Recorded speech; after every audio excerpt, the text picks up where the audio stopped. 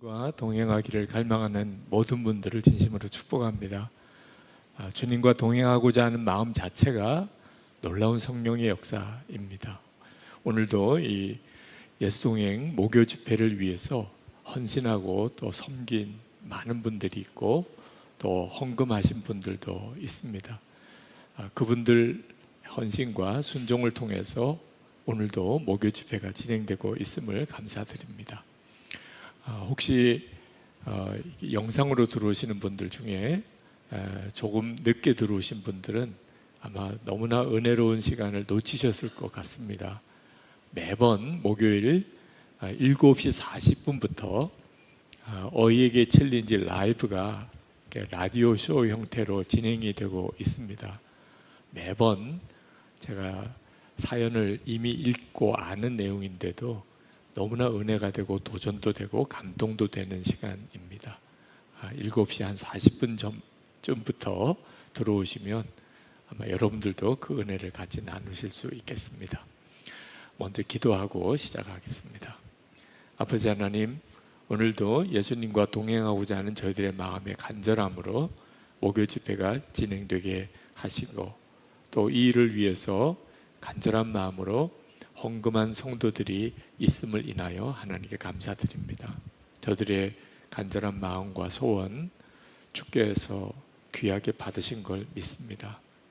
이 목요 집회 통한 주님과 동행하는 성도들의 간증과 또 주님의 메시지가 많은 교회와 성도들에게 전해지게 하시고 이 땅에 예수님과 동행하는 거룩한 운동이 일어나게 하여 주옵소서. 예수님께서 우리의 삶을 완전히 바꾸시는 분이시고 또 가정을 바꾸시고 그리고 우리의 교회를 새롭게 하시는 주님이신 것을 믿습니다. 이 일이 큰 부흥이 되게 하시고 그리고 사회와 나라와 민족이 바뀌는 역사가 되게 하여 주옵소서.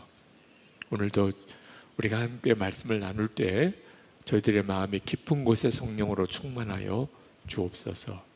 우리 주 예수 그리스도 이름으로 간절히 기도합나이다. 아멘. 어느 분이 목사님 설교 스타일에 따라 세 종류로 나뉜다고 그러더라고요. 어떤 목사님은 교인들을 그냥 재우는 목사가 있고, 두 번째는 잠든 교인도 일깨우는 목사가 있고, 세 번째는 재우는 것도 아니고 깨우는 것도 아닌 유형의 목사가 있다고 그러더라고요. 제일 힘든 유형이 세 번째 유형이래요.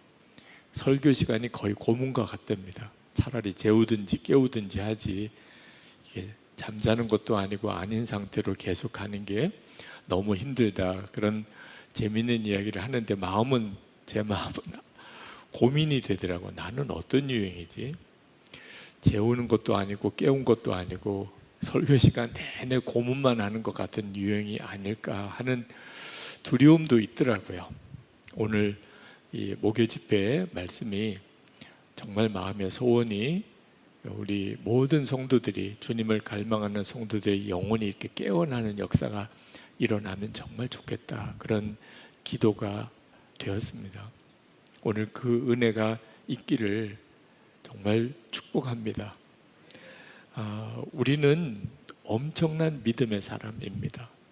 우리가 믿음을 그냥 대수롭지 않게 여기는 경향조차 있는데 사실은 우리가 믿음을 가졌다는 게 엄청난 일입니다. 하나님이 계신 것을 믿고 예수님이 우리의 구주이심, 십자가에서 우리의 죄를 대속하시고 우리를 하나님 자녀 되게 하시고 영생을 얻게 해주신 십자가 구원에 대한 믿음, 성령께서 우리 안에 오시고 지금 우리와 함께 계신 것에 대한 믿음, 하나님께서 우리를 너무나 사랑하셔서 우리의 아버지가 되신다고 하는 믿음, 하나님의 말씀이 참 진리여서 반드시 하나님의 말씀이 이루어지고 성취된다는 믿음, 이 땅이 전부가 아니고 영원한 하나님의 나라가 정말 있다는 믿음, 사실 하나하나가 엄청난 믿음입니다. 그런데 안타까운 것은 우리가 그 믿음 가진 사람답게 살지 못하는 겁니다. 믿음은 엄청난 믿음을 가졌는데 문제는 내 삶이 믿음과 어울리지 않는 거예요. 예수님이 나의 죄를 대속하셔서 십자가에 대신 피 흘려 죽으셨다는 사실을 믿으면서도 우리는 누군가를 용서하고 사랑하는 걸 못합니다. 하나님이 내 아버지라는 사실을 믿으면서도 두려움과 염려 속에서 삽니다. 예수님이 내 안에 계시다고 믿으면서도 은밀한 죄를 해결하지 못합니다. 참 기가 막힌 거죠. 우리는 복음을 분명히 압니다. 하나님의 말씀도 잘 압니다. 근데 무언가가 하나 빠진 것 같은 느낌이 드는 겁니다. 왜 내가 엄청난 복음을 알고 하나님의 말씀을 내가 믿는데도 내 삶은 믿음처럼 그렇게 되지 않을까? 거기에 성령의 충만함이 필요하다는 겁니다. 오늘 저는 정말 여러분 모두가 저를 포함해서 성령의 충만한 은혜 가운데 들어가기를 갈망하는 마음을 가지고 여러분들에게 말씀을 드리고 있습니다. 오늘 읽은 성경 본문의 말씀은 예수님이 부활하시고 난 다음에 제자들과 만나서 이제 승천하시기 전에 성령의 충만함을 받아야 된다. 그 말씀을 하시는 그 장면입니다. 네, 지금 예수님의 제자들은 부활하신 예수님을 지금 만난 순간입니다. 부활하신 예수님이 제자들에게 말씀하고 계신 거예요. 자, 이 정도이면 기다리고 말고 할 것도 없잖아요. 부활하신 예수님을 지금 눈앞에 보았습니다. 그러면 이제 당장 나가서 예수님은 정말 부활하셨습니다. 그렇게 전할만 하잖아요. 그런데 예수님께서 4절에 보면 예루살렘을 떠나지 말고 기다리라고 말씀합니다. 아버지께서 약속하신 것을 기다리라. 도대체 뭘 더 기다려야 합니까? 이제 제자들이 할 일은 부활하신 예수님이 부활하셨다는 사실을 전하는 것이 제자들의 사명인데 부활하신 예수님을 눈으로 목격까지 하고 이제 뭘 더 기다리라는 거예요? 8절 말씀에 예수님께서 오직 성령이 너에게 임하시면 너희가 권능을 받고 예루살렘과 온 유대와 사마리아와 땅끝까지 이르러 내 증인이 되리라. 그렇게 말씀하셨어요. 여기서 내 증인이 되리라, 부활하신 예수님의 증인이 되리라는 것, 이건 부활하신 예수님을 눈으로 본 것만 가지고는 아직 안 된다는 거예요. 실제로 오순절에 마가다락방에서 성령이 임하시고 난 다음에 그때서야 제자들은 두려움도 없어지고 담대하게 나가서 예수님의 부활을 전하게 됩니다. 그런데 그때 제자들이 예수님의 부활의 증인이 된 것은 단순히 나는 예수님이 부활하신 걸 목격한 사람입니다. 예수님은 진짜 부활하셨습니다. 이렇게 말했다는 의미만 아닌 거예요. 그때 부활하신 예수님의 증인이 된 제자들의 모습은 사람들이 이렇게 보면 예수님이 저 사람과 같이 계시구나. 예수님이 십자가에 죽으시고 부활하시고 승천하셔서 우리 눈에는 보이지 않지만 저 사람들을 보니까 예수님이 지금 저 사람들 안에 계시네. 이렇게 되었다는 거예요. 이게 바로 내 증인이 될 거예요. 너희들을 보면 사람들이 나를 보는 것 같이 될 것이라. 그것 때문에 성령이 임하시는 일이 필요했던 거예요. 단순히 예수님이 부활하셨습니다, 내가 분명히 보았습니다, 이 말이 예수님의 부활의 증인이 아니었던 거예요. 자, 이게 바로 지금 현재 오늘 우리에게 필요한 은혜예요. 그리고 이미 우리가 받고 있는 은혜이기도 합니다. 사실 우리는 예수님의 제자들과 사이에 도무지 넘을 수 없는 장벽이 있습니다.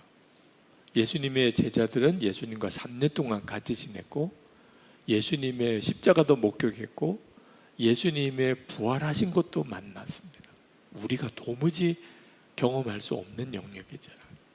그런 점에 있어서는 예수님의 제자들과 우리는 정말 완전히 다릅니다. 우리는 예수님을 눈으로 볼 수도 없고 손으로 만질 수도 없고 육성을 귀로 들을 수도 없어요. 그런데 예수님의 제자들이 부활의 증인이 된 것은 단순히 예수님을 눈으로 보았고 부활의 주님을 만났다는 데 있는 게 아니고 그 주님이 성령이 임하실 때 그 제자들 속에 계셨다는 데 핵심이 있고 열쇠가 있다는 것. 그래서 제자들이 사람들을 이렇게 보면, 사람들이 제자들을 보면 예수님을 보는 것 같은 그런 역사가 일어난 것이 부활의 증인이라면 우리도 똑같은 거예요. 우리 안에 예수님께서 오셨기 때문에. 그러니까 우리가 예수님이 정말 내 안에 계시다는 사실이 진짜 믿어지게 될 때, 이게 바로 영적 각성이고 성령의 충만함의 핵심인 것입니다. 우리가 복음을 잘 알아도 성경의 진리를 내가 다 꿰뚫어도 우리의 삶이 복음과 말씀과 일치하지 않게 되는 이유는 바로 여기에 있는 거예요. 예수님이 정말 내 안에 계시고 그게 내가 정말 믿어지고 그 예수님을 내가 바라보게 되는 것이 되느냐 안 되느냐의 차이가 있는 겁니다. 여러분은 예수님이 지금 현재 여러분 안에 계시다는 것에 대해서 분명히 믿어지십니까? 고린도 후서 13장 5절 말씀 우리 같이 한번 읽으실까요? 너희는 믿음 안에 있는가? 너희 자신을 시험하고 너희 자신을 확정하라. 예수 그리스도께서 너희 안에 계신 줄을 너희가 스스로 알지 못하느냐? 그렇지 않으면 너희는 버림받은 자니라. 너무나 분명하게 말씀하고 계시잖아요. 이게 바로 핵심인 거예요. 예수 그리스도께서 너희 안에 계신 것을 내가 스스로 알지 못하는, 이게 바로 성령의 충만함의 핵심인 겁니다. 성령의 충만함은 결코 어떤 영적 체험이나 은사의 문제가 아닌 거예요. 예수님이 지금 내 안에 계시다는 게 분명하게 믿어지는 것. 그때 사람은 복음과 내가 알고 있는 성경의 진리를 삶으로 살아내게 됩니다. 한번 어느 집사님이 저에게 너무 답답해서 사람을 좀 찾아달라는 거예요. 무슨 사연인가 했더니 남편이 교회를 안 나오겠다는 겁니다. 자기 주변에 예수 믿는 사람은 많은데 진짜 예수 믿는 사람은 한 사람도 없다는 거예요. 나 더 이상 교회 나가고 싶지 않다는 거예요. 만약에 진짜 예수 믿는 사람을 나에게 소개해주면, 아, 진짜 예수 믿는 사람이 있구나, 그것만 내가 분명하게 확인이 되면 그때 내가 교회 다시 나오겠다. 그래서 저에게 찾아와서 목사님, 진짜 예수 믿는 사람 한 사람만 좀 소개해 주세요. 우리 남편에게 좀 소개해 주고 싶습니다. 제가 설교 때 그 집사님 이야기를 했어요. 여러분 중에 진짜 예수 믿는 사람 또는 알고 있으면 저한테 좀 연락해 달라고. 그랬더니 메일이 왔어요. 목사님, 복음으로 변화된 진짜 예수 믿는 증인을 찾으신다기에 제 남편을 추천합니다. 남편이 이 선한목자교회에 온 후에 완전히 딴 사람이 되었습니다. 전에도 교회를 열심히 다녔지만 저희 부부싸움이 끊이지 않았는데 지금은 나는 죽었어 하고 고백하는 남편 덕분에 평온합니다. 아직 변화되지 못한 제가 옛 일을 끄집어내 일부러 싸움을 걸어도 화내지 않고 저를 붙잡고 울며 기도하는 남편을 보면 제가 너무 부끄러워집니다. 직장에서도 큰 변화가 있습니다. 자녀에 대한 집착도, 돈과 승진에 대한 집착도 내려놓았습니다. 작년에는 승진 기회를 후배에게 양보했습니다. 자기가 직장에 다니는 것은 다른 사람을 세우기 위해서라며 그동안 쌓은 경험과 지식을 후배들에게 물려주고 있습니다. 주님을 만나 행복해서 지금 죽어도 여한이 없다고 합니다. 단 하나의 고민은 어떻게 하면 남은 생을 주님을 위해 살 수 있을까 하는 것뿐입니다. 가장 하고 싶어 하는 일은 아무도 가려하지 않는 오지에 가서 빛도 없이 이름도 없이 주님께 헌신하다가 생을 마감하는 것입니다. 그렇게만 살 수 있다면 정말 행복하겠다고 합니다. 남편이 날마다 그런 꿈을 꾸며 좋아하는 것을 보면 하나님의 영이 임하면 늙은이가 꿈을 꿀 것이요 라는 말씀이 떠오릅니다. 여러분, 정말 성령께서 우리 안에 거하시면서 예수님이 나와 함께 계신 것이 진짜 믿어지는 눈이 뜨이면 사람이 확 바뀌어 버립니다. 가까운 사람이 더 분명하게 알게 됩니다. 우리 주변에 예수님과 동행하면서 주님을 사랑하는 증인들이 있습니다. 초대교회 때도 그런 사람들이 있어서 복음이 전해진 겁니다. 베드로전서 1장 8절입니다. 1장 8절 9절 예수를 너희가 보지 못하였으나 사랑하는도다. 이제도 보지 못하나 믿고 말할 수 없는 영광스러운 즐거움으로 기뻐하니 믿음의 결국 곧 영혼의 구원을 받음이라. 예수님을 보지 못하여도 주님을 뜨겁게 사랑하게 되는 역사가 있습니다. 이게 바로 성령의 충만함의 역사입니다. 지금 여러분 안에 하나님께서 이미 허락하신 은혜입니다. 우리는 성령의 충만함을 받자는 것이 새로운 체험을 구하자는 게 아닙니다. 이미 받은 은혜에 눈이 뜨이는 역사가 있기를 구하자는 거예요. 성령님은 이미 우리 안에 계시고 예수님이 우리와 함께 계신 것을 계속 우리에게 믿게 해 줍니다. 이 점이 실제가 되자는 거예요. 24시간 예수님을 바라보기로 결단한 어느 목사님의 보내준 메일이에요. 목사님, 제 삶에 많은 변화가 생겼습니다. 가장 큰 변화는 예수님이 내 안에 오셨고 예수님이 나의 주인, 나의 생명 되셨다는 고백을 계속하면서 음란의 죄가 끊어진 겁니다. 교회에서 오랫동안 사역해 왔고 이제는 담임 목사가 되었음에도 음란의 죄는 잠 끊기 힘들었습니다. 그러나 예수님은 내 안에 오셨고 성령님은 나와 늘 함께 하신다는 믿음을 갖게 되고 그 믿음을 계속 고백하면서 음란의 죄가 끊어졌습니다. 이것은 저에게 정말 놀라운 변화입니다. 결코 이길 수 없다고 생각했던 죄였기 때문입니다. 다시는 죄를 짓지 않으려고 결심하고 넘어지고 또 결심하고 또 넘어지고를 여러 번, 아니 수없이 반복했습니다. 그런데 예수님을 믿는 믿음의 눈이 뜨이고 나서 음란이 더 이상 제가 이길 수 없는 유혹이 되지 않았습니다. 예수님이 나와 함께 하시는 것이 믿어지면서 음란물의 유혹이 이겨졌습니다. 정말 주님이 하셨습니다. 여러분, 여러분에게도 계속 넘어지는 죄의 문제가 있으실 겁니다. 그때 그 죄를 이기는 것은 여러분의 노력의 문제가 아니고 믿음의 문제임을 알아야 합니다. 예수님이 여러분과 함께 계시는 것이 정말 믿어질 때 그때만이 이겨집니다. 갑자기 막 화가 나고 소리를 지르고 혈기가 나고 그러는 순간에 여러분이 마음속으로 물어야 합니다. 주님, 지금 저와 함께 계시죠? 여러분이 속으로 이야기하든 또는 말을 꺼내든 주님, 지금 저와 함께 계시죠? 여러분, 이것이 얼마나 여러분 안에 놀라운 일들을 일으키는지 꼭 한번 경험해 보시기 바랍니다. 어떤 중요한 결정을 내려야 될 때 그때 여러분이 꼭 질문해야 합니다. 어떻게 예수님을 기쁘시게 해드릴까?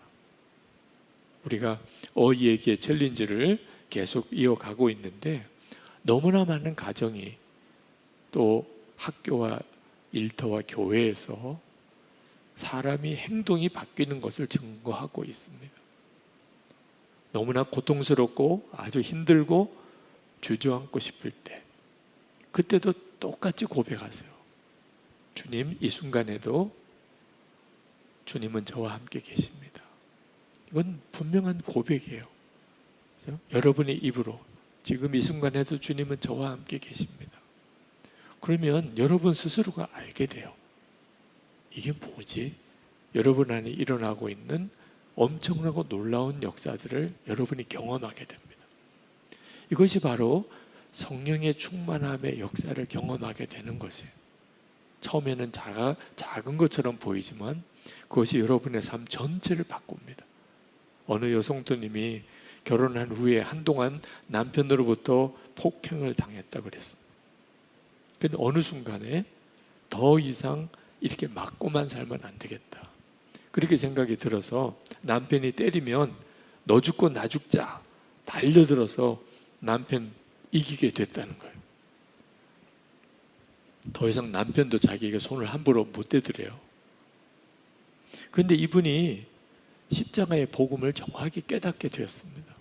내가 예수님과 함께 죽고 예수님이 내 안에 사시는 것이라는 것을 깨닫고 남편에 대들어서 이기는 것과 비교가 안 되는 평안을 경험하게 된 거예요. 너무나 놀라운 자유함이 자기에게 임했다고 했습니다. 하루는 남편이 술을 먹고 들어와서 시비를 걸면서 또 자기를 때리려고 하더래요. 어느 때 같았으면 정말 눈을 부릅뜨고 나 죽여, 그래 나 죽여, 이렇게 막 대들었을 텐데 그날은 주여, 그렇게 나오더래요. 주여.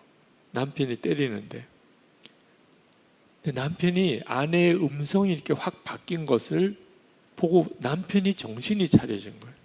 내가 지금 아내를 때리나 예수님을 때리나 이런 느낌이 드는 거예요. 아내가 주여 주여라고 이렇게 고백하는 거죠. 그래서 남편이 그 여성도에게 너 미쳤냐? 그렇게 얘기를 했더니 여보 나 미친 거 아니야. 말을 하는데 예전의 아내가 아닌 거예요. 나 정말 미친 거 아니야. 당신이 나를 때리는데 당신이 너무 불쌍한 마음이 들어. 나 때리고 싶으면 때려도 좋아. 그래서 마음이 편해진다면 나 때려. 완전히 다른 여자들이에요. 아내 얼굴에서 살기도 빠지고 원망도 빠졌어요. 그 남편이 자기도 모르게 미안하다고 했어요. 그리고 한 달쯤 지나서 교회를 나오게 된 거예요. 그 남편이. 그동안 그렇게 싸우고 또 교회 가자고 잔소리해도 안 되던 역사가 바뀐 거죠. 뭐 짧게 요약해서 그분의 스토리를 말씀을 드렸지만 핵심은 예수님이 진짜 내 안에 계신 것이 믿어진 거예요. 그리고 그 주님에게 반응하기 시작을 한 겁니다. 왜 도대체 예수님께서 제자들에게 당신을 직접 눈으로 보았는데도 아직까지는 아니라, 아직까지는 기다려야 된다. 뭘 기다린 거죠? 존재론적으로 예수님을 그냥 바라보고 믿는 정도가 아니고 예수님이 그 사람 안에 들어오셔서 예수님의 생명으로 살게 되는 역사가 일어날 때까지. 그게 바로 성령의 충만함의 핵심인 겁니다. 여러분이 영적으로 각성이 되었다, 영적 대각성이 일어났다는 말은 바로 예수님이 정말 내 안에 계시다 하는 사실이 믿어지게 된 거예요. 그건 개인적인 영적 각성이 일어난 겁니다. 우리가 바라는 부흥은 공동체가 함께 예수님이 함께 계시는 것이 믿어지는 역사가 일어나게 되는 거예요.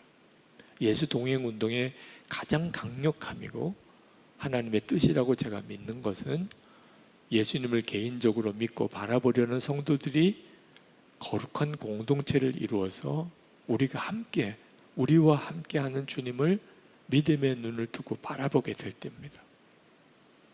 제가 10년 전 2017년입니다. 그때 부산에서 2번의 집회를 인도했었는데, 한 번은 부전교회라는 큰 교회에서 청년연합 집회가 있었고, 바로 이어서 수영로 교회에서 어머니 기도회, 어머니 금식 기도회 집회를 인도했었어요.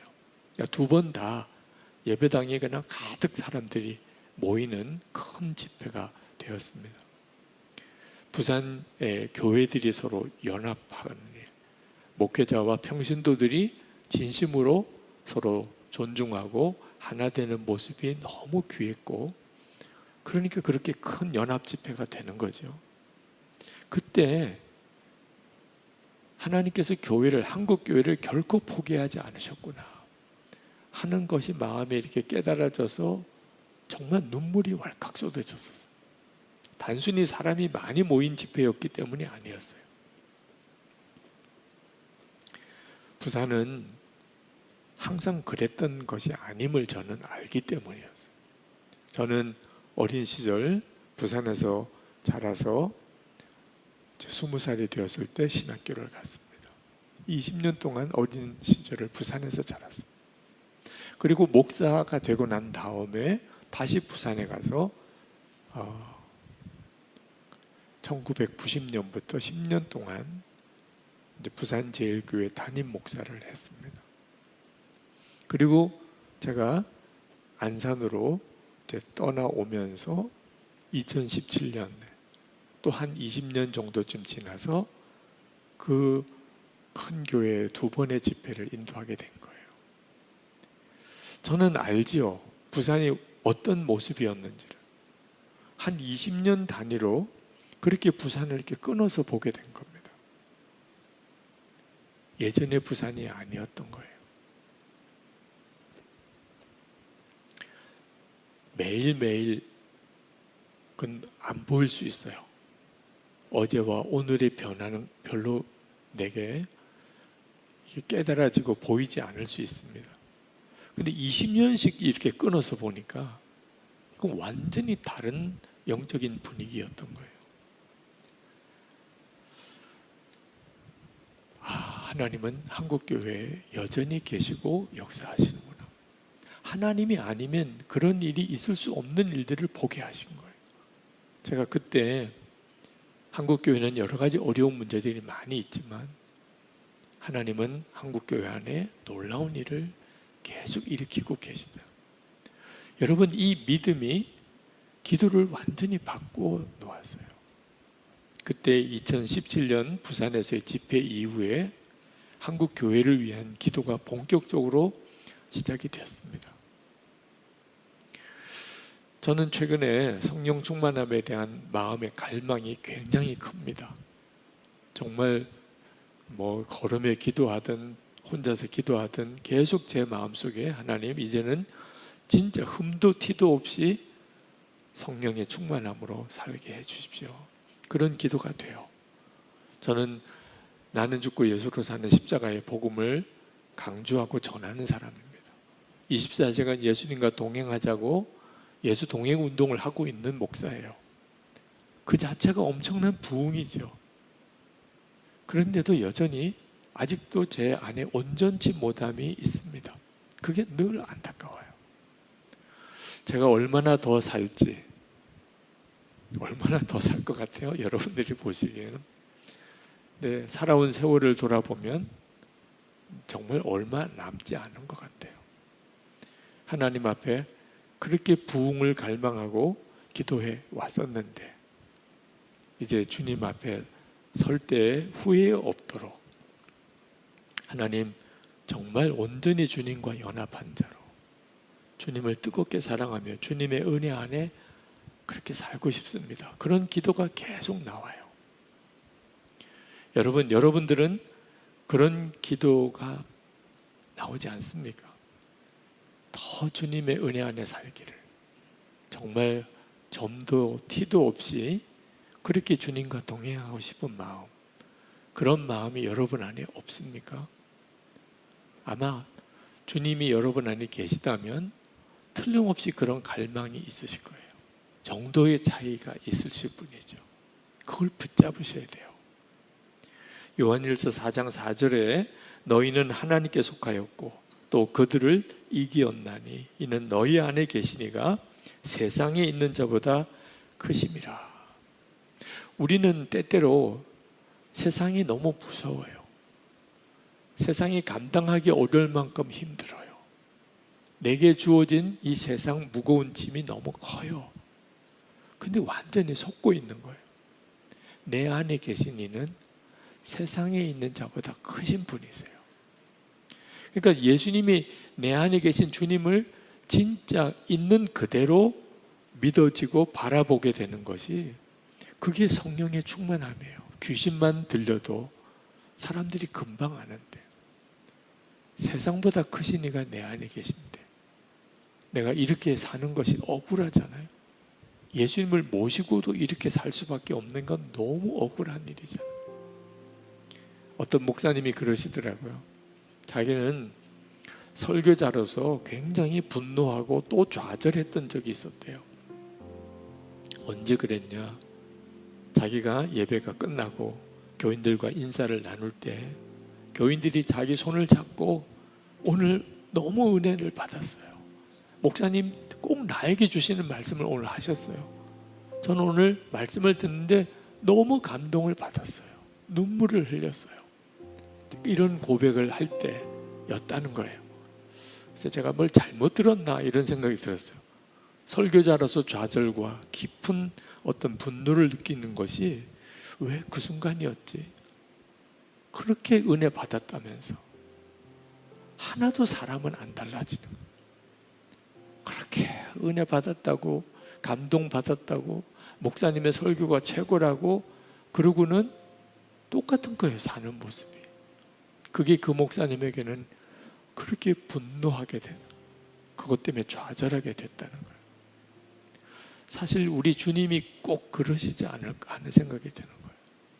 예수님이 마음에 계신 것을 믿는다면서, 예수님은 지금 내 안에 계시다는 것을, 또 그것을 그렇게 고백하면서도 사람은 어제랑 오늘이랑 똑같이 산다면 우리 주님이 진짜 그것 때문에 얼마나 좌절하실까, 그런 생각도 들어요. 이제는 진짜가 되었으면 좋겠다. 예수님이 내 안에 계시면 그게 진짜가 되었습니다. 주님이 나와 함께 계시는 것에 내가 정말 눈이 열리게 되기를 여러분 정말 함께 꼭 기도하십시다. 하나님께서 이 땅에 부흥을 주시기 원하신다면 예수님과 동행하려고 하는 우리들이 아마 가장 가까이 가 있을 거라고 생각이 듭니다. 주님을 향하여 계속 마음이 열려 있으니까요. 정말 주님을 계속 믿음으로 붙들고 매일 일기를 쓰면서 주님을 계속 주목하려고 하는 우리들이 아마 하나님이 주시는 부흥에 가장 잘 준비된 자들일 거라고 생각이 듭니다. 오늘 우리가 찬양하고 기도할 때 주님, 여기까지 이끄신 분이 주님이십니다. 개인적으로 우리 가정에, 또 내가 섬기는 교회에, 내가 살고 있는 나라와 사회에 하나님의 부흥의 불이 되게 해주십시오. 저를 쓰십시오. 부흥의 증인으로 저를 사용하여 주십시오. 그렇게 우리 기도하십시다.